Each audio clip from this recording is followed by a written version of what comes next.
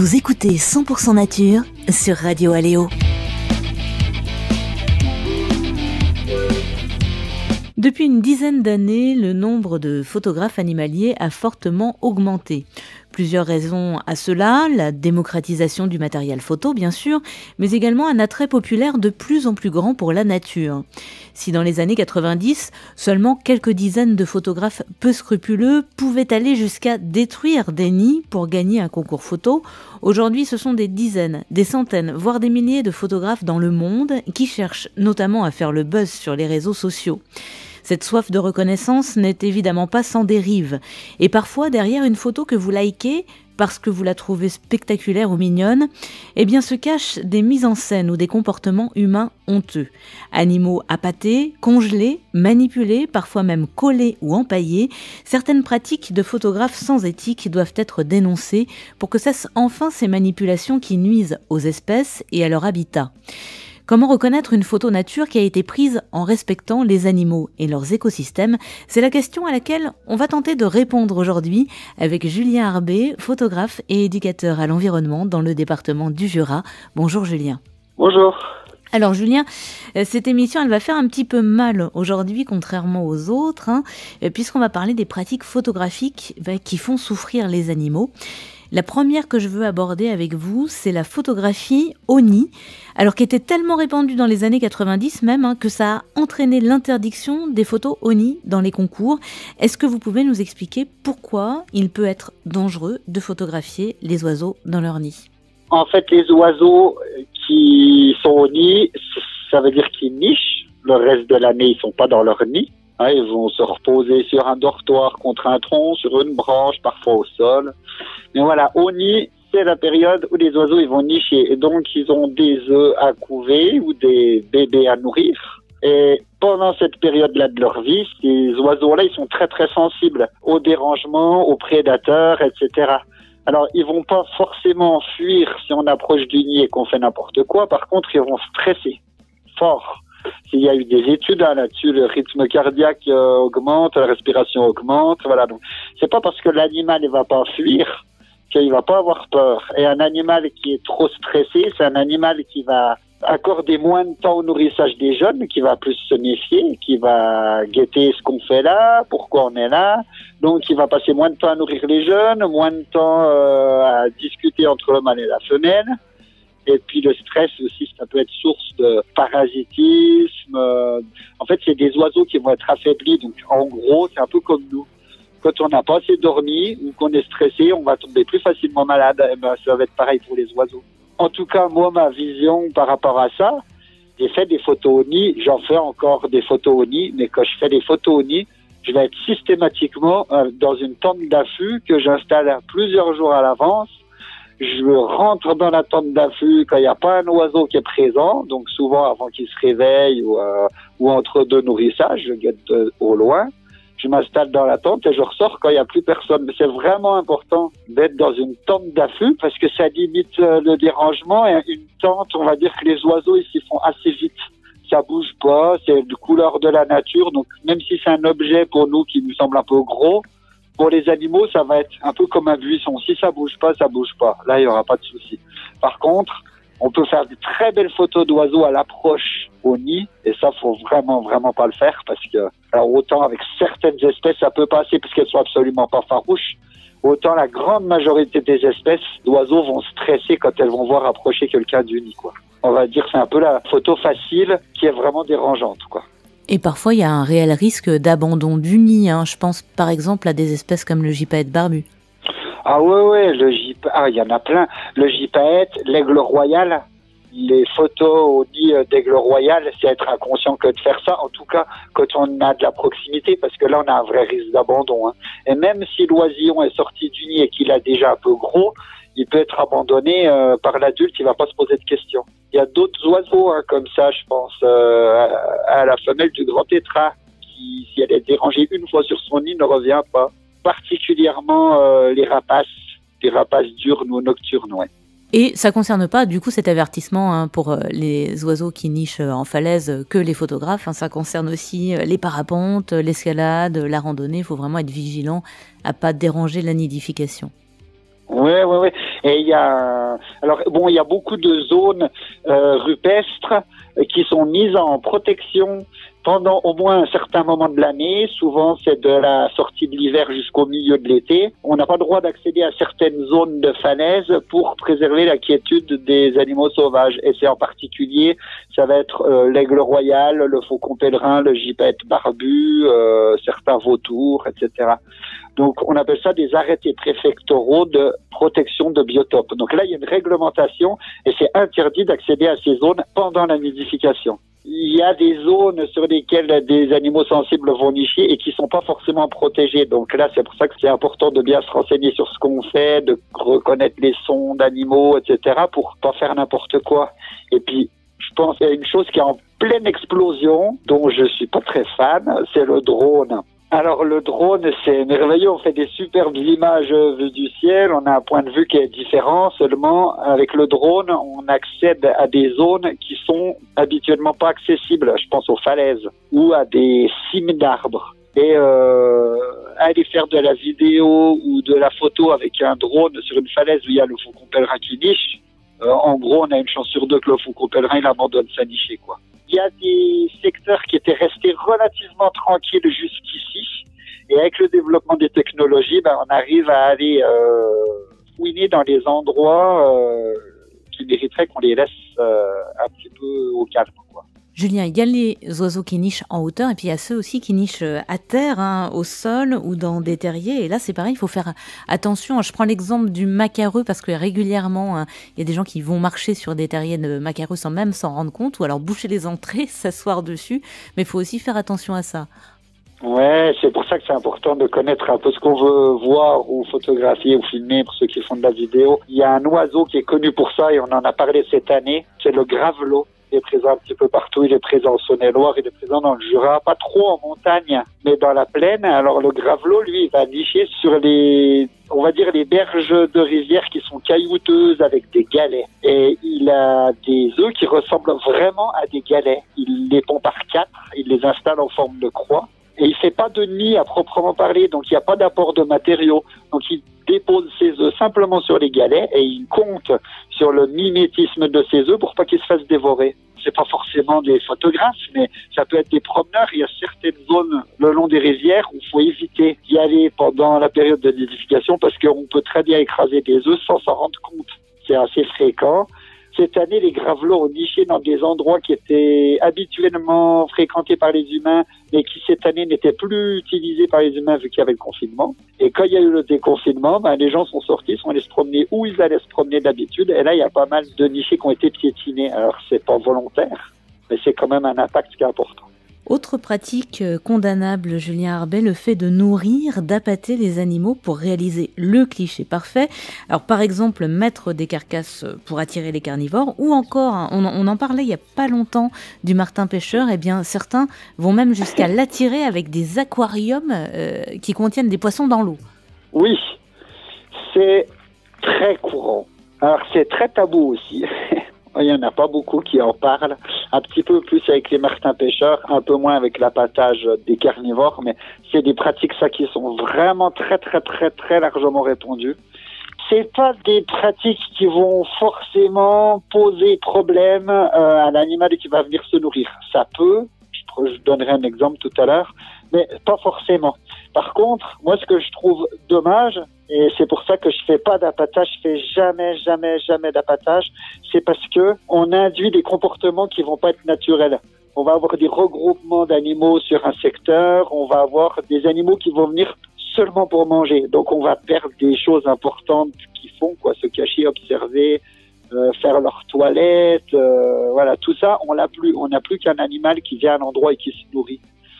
Et je trouve que c'est trop interventionniste, ça reflète pas une réalité en fait. On va provoquer une réalité pour avoir une belle photo. C'est pour ça que j'aime bien dire que je suis plus naturaliste que photographe. C'est important de connaître les animaux et de pas faire n'importe quoi. Je donne un exemple qui va parler à certains, je pense.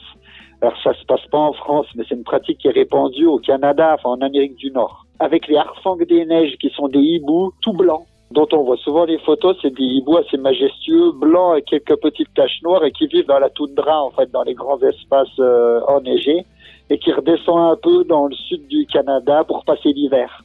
Et ces oiseaux-là qui sont hyper photogéniques, ils sont appâtés, alors pas systématiquement, hein, mais c'est régulièrement que ça se fait, ils sont appâtés par des souris achetées en animalerie. Donc les souris sont jetées dans les champs, les harfangs des neiges viennent chasser les souris, et à tel point que les harfangs deviennent obèses, vraiment obèses, n'arrivent plus à voler correctement, ne peuvent plus faire des migrations correctes, et puis surtout elles sont incapables de chasser toutes seules. Donc le jour où le nourrissage s'arrête, parce que les photographes ont arrêté de venir, parce que c'est la fin des vacances, ben, le harfang il se retrouve avec l'estomac qui gargouille et rien à se mettre sous le bec, quoi. Ouais, ça fait partie vraiment des pratiques qu'il faut arrêter. Et il y a une petite chouette en Laponie qui s'appelle la chouette épervière qui est appâtée avec des souris qu'on accroche à des hameçons au bout des cannes à pêche. Enfin, on en arrive à des comportements qui sont vraiment aberrants et moi je comprends pas qu'on puisse faire ça pour montrer la beauté du sauvage, quoi. Oui, parfois on arrive à des comportements complètement aberrants, hein, des animaux. Ça me fait penser un peu ce que vous dites, Julien, aux marmottes du lac de Lovitel qui sont régulièrement nourries par les humains et qui n'ont plus rien du comportement de marmottes sauvages. Ouais. Et puis ça va plus loin que ça parce qu'il y a eu des études assez récentes. Enfin, il y en a eu une dans les Alpes où on s'est rendu compte que les marmottes qui étaient nourries, des populations de marmottes qui sont nourries avec du pain, des chips, des barres de céréales, etc. Faut savoir que la marmotte, ordinairement, elle broute, elle mange de l'herbe. Donc il y a une nourriture qui est tellement pas adaptée à elle c'est dans ces populations-là qu'on a le moins de marmottes qui se réveillent au printemps, en fait. Elles font un gras qui est mauvais, elles font peu de gras et un gras qui va pas les utiliser pour passer l'hiver. Donc pendant l'hibernation, elles meurent. Donc on se rend pas compte quand on voit une marmotte, elle vient nous voir, on dit tiens c'est mignon, on est avec les gamins, on dit tiens on va donner un petit bout de pain, c'est comme les canards sur un lac en fait. Hein. On va jeter du pain aussi aux canards, ils sont tous contents, ils viennent manger, donc on se dit que ça leur fait du bien, sauf que non, c'est pas du tout adapté à leur organisme, on leur fait plus de mal que de bien. C'est pas parce qu'un animal il va venir manger que ça va lui faire du bien. L'animal il va y trouver un confort, il va être content, il aime bien ce nouveau goût, il aime bien trouver à manger sans faire d'efforts, mais par contre, à moyen ou long terme, ça sera pas du tout bénéfique pour ta santé et sa reproduction. Voilà, ce qu'il faut retenir, c'est en gros, on donne pas à manger à des animaux sauvages, c'est le mieux. Oui, les animaux, ils arrivent très bien à se débrouiller tout seuls. Il y a des animaux qui profitent des humains pour se nourrir, mais ils arrivent très bien à le faire tout seuls. Je pense aux renards, à la fouine, qui vont aller visiter les composts, le pigeon des villes, le moineau. Voilà, que les animaux qui le fassent, c'est une chose, mais pas provoquer ça non plus. Autre pratique un peu honteuse, Julien, imiter soi-même ou avec son téléphone, maintenant ça se répand aussi, le cri d'un oiseau pour l'attirer. Ici, vous pouvez nous expliquer quel est le risque justement d'attirer un oiseau en imitant son cri? Voilà, alors ça s'appelle la repasse. Donc voilà, c'est ça, soit on utilise un appôt, soit on utilise un téléphone, un enregistreur ou quoi. Bon. Les oiseaux, la plupart des oiseaux, ils vont être territoriaux, c'est-à-dire que pendant la période de nidification, surtout pendant cette période-là, ils vont préserver leur territoire, éviter qu'il y ait d'autres congénères qui aillent à l'intérieur, leur piquer leur nourriture et s'installer chez eux. C'est leur domaine vital, c'est leur endroit à eux, où ils vont trouver tout ce qu'il faut pour vivre et se reproduire.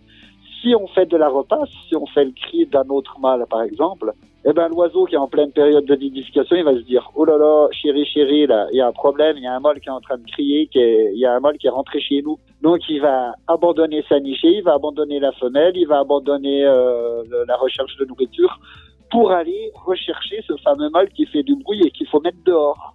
Il y a certaines personnes qui vont faire de la repasse pendant 5 secondes ou 10 secondes. Une fois qu'ils ont contacté l'animal, ils savent qu'il est là, ils arrêtent. Mais il y a certains photographes qui vont abuser de la repasse, en faire et en refaire jusqu'à ce que les oiseaux, littéralement, ils pètent un plomb. Ils peuvent approcher tout près, ils ont des comportements complètement aberrants, ils ont des mimiques, des postures.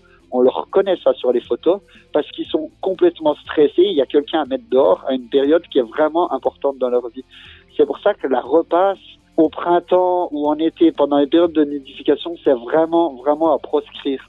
Après, si on fait de la repasse de certains oiseaux à l'automne, quand ils sont pas en période de nidification, il y aura du dérangement, parce que l'animal, il va quand même chercher à préserver son territoire, mais il n'y a pas toute une nichée derrière qui va vivre ou mourir en fonction du comportement des parents. Donc, en tout cas, printemps, été, vraiment, faut pas faire de repasse. Moi, j'en parle souvent avec d'autres photographes, avec des naturalistes. Il y a des animaux qu'on peut très facilement photographier à la repasse, mais il faut absolument se l'interdire. Si on aime la nature, il faut avoir ça en tête. Elles inondent Instagram également, Julien, les photos de rapaces nocturnes réalisées de nuit au flash. Et ça non plus, c'est pas bon pour les animaux. Est-ce que vous pouvez nous expliquer pourquoi ? Les rapaces nocturnes, ils ont des yeux énormes. Je lisais hier un document sur la chouette hulotte. Là, la chouette hulotte, qui est grosse à peu près comme une corneille, elle a des yeux plus gros que nous. Donc, faut imaginer qu'elle a une pupille immense et elle a des yeux qui sont très, très, très sensibles à la lumière. Elle arrive à chasser à vue au clair de lune quand il n'y a pas de lune, quand il y a juste des étoiles. Elle a vraiment une vision adaptée à la nuit. Et si elle se prend un coup de flash dans la figure, une fois, 2 fois, 3 fois, à chaque fois, sa pupille va diminuer, parce qu'il y a un apport de lumière. Donc, sa pupille diminue, elle va moins bien voir la nuit, puis surtout, elle va être aveuglée pendant 5 secondes, 10 secondes, 15 secondes. Il y a certains animaux, je pense aux mammifères. Moi, j'ai fait pas mal de photos que j'étais en argentique de mammifères. Alors, pas forcément au flash, mais en éclairant avec un projecteur, les blaireaux, les renards. Et là, vraiment, sincèrement, moi, je ne voyais pas de réaction. L'animal, il sort, on éclaire, il regarde même pas. En fait, pour lui, la lumière, c'est pas vraiment un danger. Par contre, pour les animaux qui chassent à vue et qui ont des gros yeux, là, oui, il faut éviter parce que si on les aveugle, ça veut dire qu'ils vont devoir se poser, qu'ils peuvent pas trouver à manger. Et puis, c'est toujours un petit peu la même chose. On le voit fréquemment en montagne avec les bouquetins ou encore les marmottes. Certains inconscients vont jusqu'à poursuivre les animaux pour faire la petite photo, alors soit avec un gros objectif, soit avec un téléphone portable. Vous pouvez nous expliquer ce que ça entraîne, ce genre de poursuite pour l'animal, Julien ? L'animal, il veut être tranquille.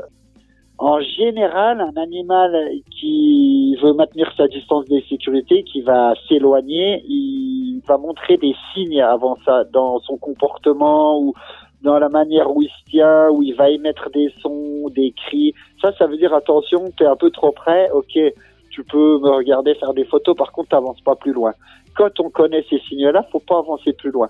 Si on avance plus loin, alors si c'est en plein été et qu'il y a un chamois qui est en train de brouter au petit matin, à la limite, le chamois, ça va le faire aller plus loin, mais ce sera pas, on va dire, un dérangement qui va le mettre vraiment en danger.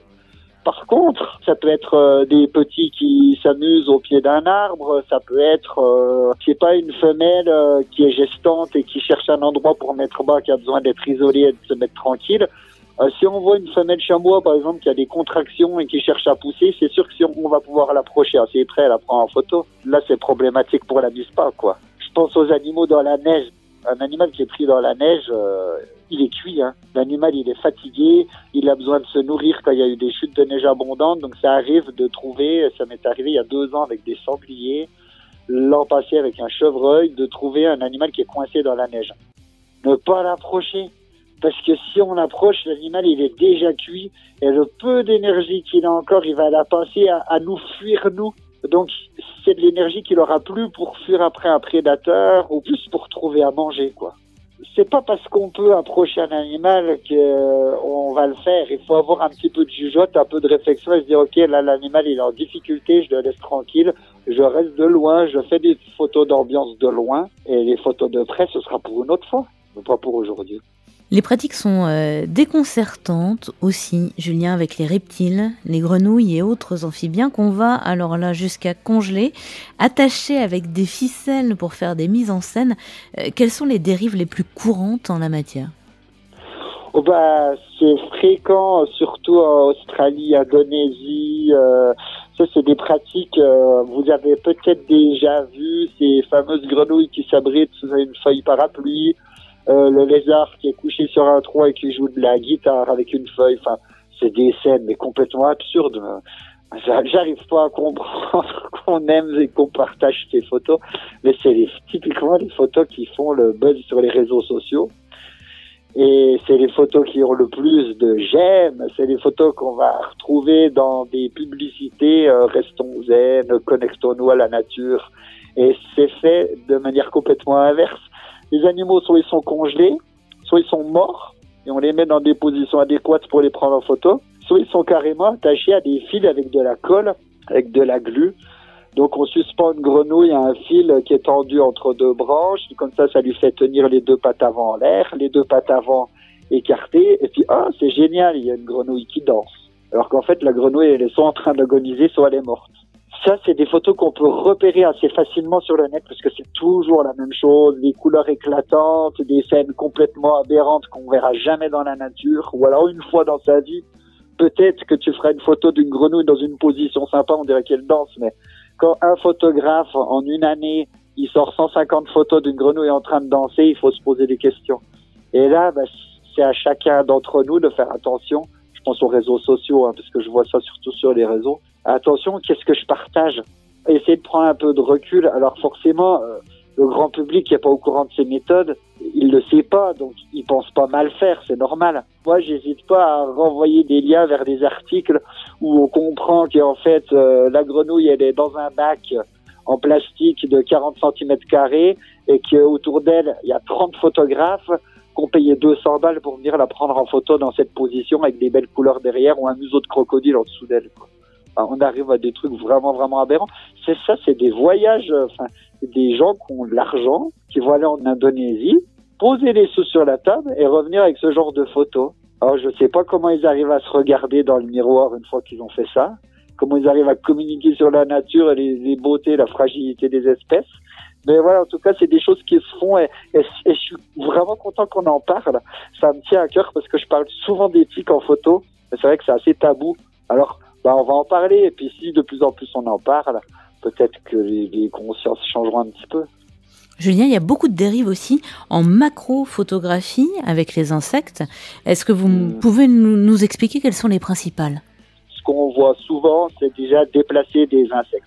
C'est comme si on avait un ogre, il veut nous prendre en photo, mais l'ogre, il n'est pas content qu'on soit à table avec l'assiette devant nous, donc il va nous prendre par le col, puis il va nous poser à la cime d'un épicier de 30 mètres de haut, parce que là, on sera vachement plus photogénique. C'est la même chose.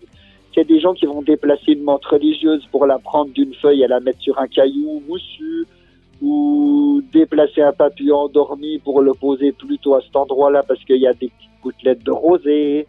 C'est pas anodin, en fait. Ça peut sembler anodin. Moi, j'en ai discuté avec des photographes qui disent, mais en fait, c'est quoi le problème? Je lui fais pas mal, je le manipule avec précaution. Des fois, il y en a qui me disent, oui, mais je le prends pas avec les doigts, je le prends avec un brin d'herbe. Oui, mais ton animal, s'il est là, c'est bien pour une raison. C'est pas quelqu'un qui l'a posé ici. S'il est là, c'est parce qu'il arrive à trouver à manger et qu'il est planqué. C'est souvent comme ça. Ça fait partie des dérives. Et puis, avec la macro aussi, il y a beaucoup de photos d'insectes qui sont sur des tiges, des petites branches, des endroits assez photogéniques. Il y a une belle lumière, il y a du soleil, mais il pleut. Et en fait, la pluie, c'est un petit pulvérisateur qui est plein d'eau. La personne, elle arrive, au petit matin avant que le papillon s'envole, elle voit le papillon sur la tige. On prépare le matériel des réglages, on met du pchit, toc, et puis la libellule ou le papillon se retrouve avec les ailes toutes mouillées et il peut plus décoller.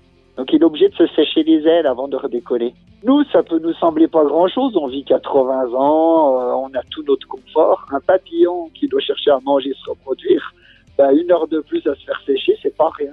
Donc c'est sûr que ça fait des belles photos avec un papillon, une belle lumière et puis des petites gouttes en l'air. On sait pas qu'il y a pchit derrière. On a l'impression que c'est de la rosée qui tombe ou je sais pas quoi. Mais voilà, c'est des pratiques pour moi qui sont à bannir, quoi. Quelles sont les photos truquées qui vous ont le plus choqué, Julien? Vraiment, dans ce qui me choque le plus, c'est les grenouilles sur les museaux de caïmans, les grenouilles accrochées, tenues par des fils collés, quoi. Où les fils sont effacés ensuite avec Photoshop. Ça, c'est vraiment, je trouve ça... c'est affreux, faut imaginer que la bête, elle met 1 heure à mourir, enfin c'est vraiment affreux. On parle de la chasse, mais il y a des pratiques photographiques qui sont presque pires. Je pense à une photo qui m'avait fait, alors ça m'avait fait un petit peu rigoler, mais c'était l'année dernière, je crois, ou il y a 2 ans, il y a une photo de tamanoir qui a été primée, qui a gagné un premier prix dans un concours prestigieux. Et le jury s'est rendu compte, après avoir décerné le prix, que le tamanoir était un tamanoir empaillé, qui avait été photographié la nuit sous la Voie lactée. Il y a 4 ou 5 ans, il y a un loup domestiqué qui a été photographié en train de sauter une barrière. Alors, c'était soi-disant un loup sauvage où il a fallu traquer l'animal, réfléchir, passer des heures et des heures, voire des mois sur le terrain. En fait, non, que dalle, hein. Le loup, il était apprivoisé, on lui a demandé gentiment de monter par-dessus la barrière. Le photographe avait du bon matériel et 2 flashs, puis il a gagné un concours. Alors, ça s'est su après coup. Donc, on va dire que lui, dans le monde de la photo, on va dire qu'il est grillé, mais c'est peut-être quelqu'un qui arrive très bien à vendre des photos, qui arrive à vivre de ça, puis qui va communiquer sur la fragilité des espèces. Souvent, quand je feuillette un magazine, que je regarde un livre, je me dis, ah, ça, bon, ça, ok, ça, c'est sans doute à pâter, ça, il y a un coup de psychique, ça, il y a ci, ça, il y a ça. Alors, si on écoute, on va se dire, oh là là, tous les photographes sont des pourris, font des techniques, mais non, heureusement, tout le monde n'est pas comme ça. Il y a quand même des gens, mais pour moi, qui sont naturalistes avant d'être photographes, qui ont ça en tête, qui se disent, ok, là, je veux pas faire la photo parce que ça va compromettre la nichée, l'animal, etc. Donc heureusement qu'il y a des gens comme ça, mais c'est vrai que comme il y a une telle démocratisation de l'image, qu'on a beaucoup de monde qui va se mettre à la photo, ce qui se comprend parce que c'est un super passe-temps. C'est un très beau loisir, on est dehors, on prend des bons bols d'air, on voit des choses magnifiques. Et puis quelque part, quand on monte ses photos, et moi j'en fais partie, c'est un petit peu aussi par fierté, c'est montrer aussi ce qu'on a autour de nous, mais c'est aussi regarder ce que j'ai vu. Il y a un petit peu ça quand même quand on est artiste, je pense. Et d'être naturaliste avant d'être photographe, ben on garde en tête, on dit attention, là je travaille avec du vivant, je vais pas faire n'importe quoi. Donc c'est important que ceux qui se mettent à la photo nature, ils se disent ok, je vais déjà me renseigner sur l'animal que je veux photographier avant d'aller le photographier, parce qu'il y a des choses que je peux faire sans même me rendre compte qui vont lui nuire vraiment, quoi. Quand on voit une photo circuler sur les réseaux sociaux, il y a des questions à se poser avant de le liker. Julien, en 2-3 mots, quels sont les indices qui peuvent nous mettre la puce à l'oreille ? Bah, le gros indice qui met la puce à l'oreille, c'est un comportement aberrant, quoi. On n'a jamais vu une grenouille s'abriter sous un parapluie en feuilles, quoi. Enfin bon, faut prendre un petit peu de recul. Si on voit que l'image, elle est très très rigolote, elle est très belle, elle est très bien fabriquée, la profondeur de champ, la luminosité est parfaite, et en plus de ça, la scène est très rigolote. Il y a une photo, ça arrive, on peut tomber sur des scènes de fou dans la nature. Mais par contre, si on va sur le site du photographe et que dans sa galerie photo, on voit qu'il en a 30 comme ça, faut plus aller voir ça. Donc, c'est pas forcément facile d'avoir la puce à l'oreille, mais quand on voit des belles images à répétition avec des comportements bizarres, là, ça doit mettre la puce à l'oreille. Pour résumer en quelques phrases les points essentiels de la bonne pratique photographique.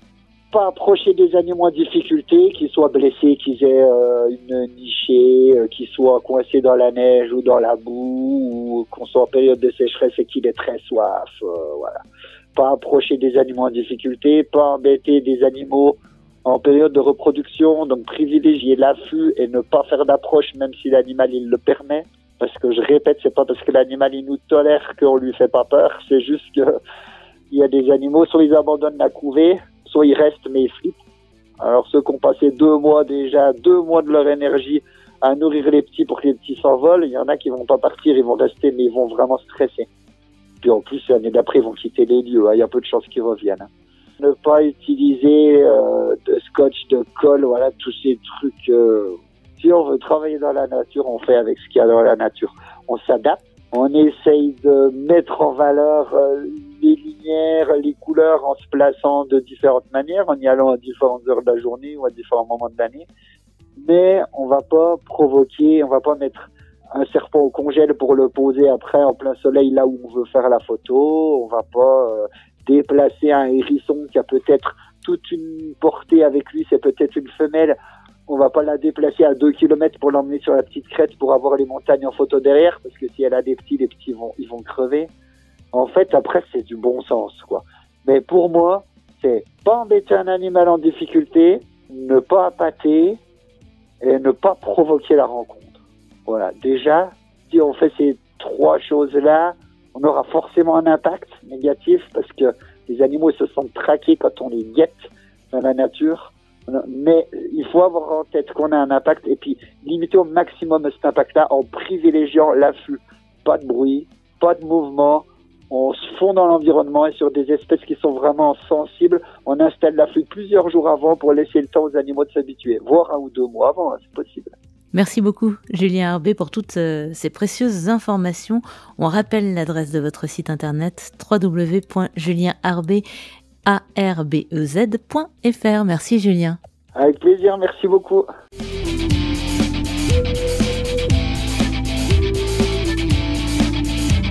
C'était 100% nature sur Radio Aléo. Retrouvez cette émission sur notre site internet radioaléo.fr.